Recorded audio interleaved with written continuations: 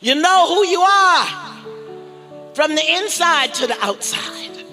And your behavior is a demonstration of what you believe to be true about you. Defining who you are, understanding who you are, valuing and honoring who you are, and then doing the work that is required, the inner work that is required to make you better. Better at just being you. Better at standing in the truth of who you are. You see, your real self knows the truth. No matter what mask or what face you wear in the world, your real self knows the truth. And there was a time in my life when I acted like I knew a truth that I didn't know. And the truth I didn't know was the depth of my value and my worth. You see, I had already been an author that had sold over 6 million books, 14 different titles. I had already been on my own television show. I had traveled around the world. I had spoken to hundreds of thousands of people, and still I did not know or value my own worth. So I had a very big opportunity to go forward and to be on what was once called the Oprah Winfrey Show. Yes, and I went on the Oprah Winfrey Show, and Miss Winfrey asked me back again and again and again, and eventually I became part of her Change Your Life faculty. And it was all good. I had written 13 books. I had traveled all over the country. I had done her show repeatedly, but I didn't know my own sense of worth. So what happened? I tried to live in a place that I didn't believe was true for me, and eventually I crashed and burned. Crashed and burned by leaving the Oprah Winfrey Show and going on to another network and doing another show that didn't even survive a season, all because I didn't know my worth. Now, it would have looked like all sorts of external circumstances. Oh, there was a miscommunication between me and Miss Winfrey, and the other network was offering me a lot of money, and why shouldn't I take a big business deal?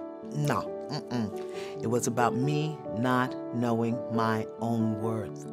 Me not being able to stand in the miracle of being on the Oprah Winfrey Show repeatedly among honored teachers without having to work hard for it, because that was what I had been taught. The matter with me was that I didn't know how to receive a gift, a blessing, without working hard for it. So when things came to me easily, I blew them up. It's self-sabotage or procrastination or forgetting or whatever it is. That opportunity went away because I didn't know my worth. That's the kind of truth we have to tell each other. We have to be aware of it, we have to acknowledge it, and we have to accept it. And then we have to look at what makes me live less than my truth. Is it because it's not safe for me to tell the truth? So many of us live a life as children where we tell the truth, the big people get mad at us. Is it because we don't feel supported in being the great, grand, glorious, wise, beautiful, creative people that we are? Or is it that we just never felt loved enough to know that we matter?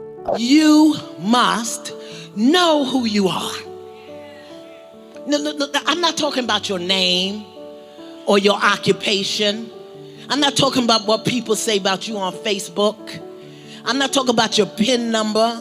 I'm talking about who you are at the core and the essence and the root of your being.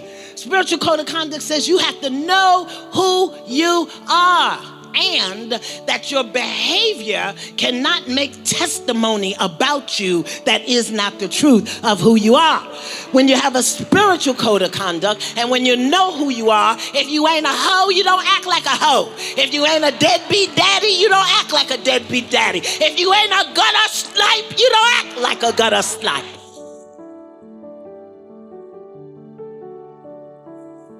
Come on now. You know who you are from the inside to the outside. And your behavior is a demonstration of what you believe to be true about you.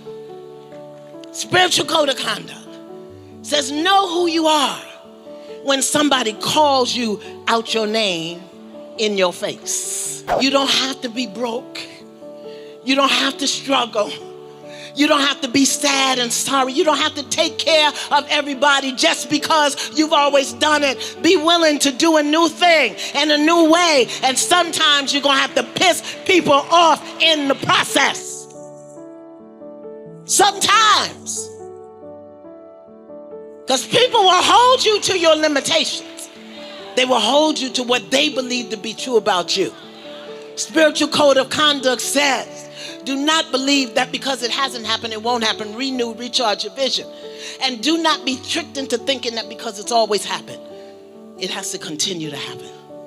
Spiritual code of conduct says, do not accept the unacceptable.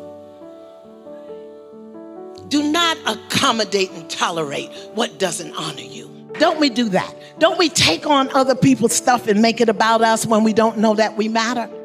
When you don't know you matter, you will make somebody else's crazy about you. You got your own stuff to handle. You don't have to take on anybody else's. People violate you when you don't have clear boundaries because you don't tell them how to behave in your life. And they run amok. They run amok because you don't have clear boundaries.